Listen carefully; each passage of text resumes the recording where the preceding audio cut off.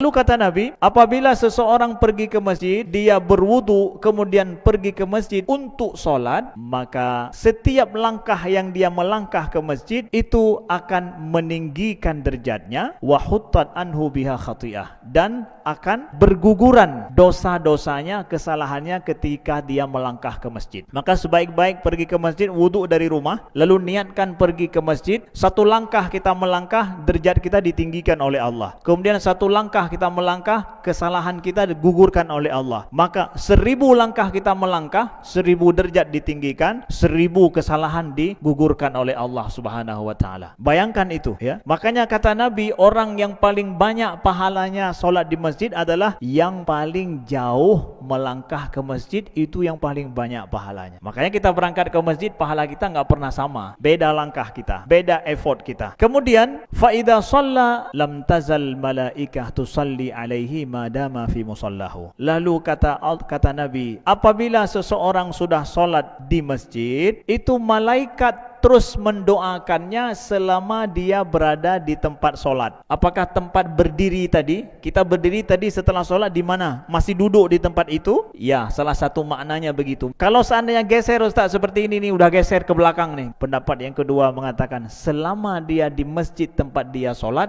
malaikat terus mendoakannya.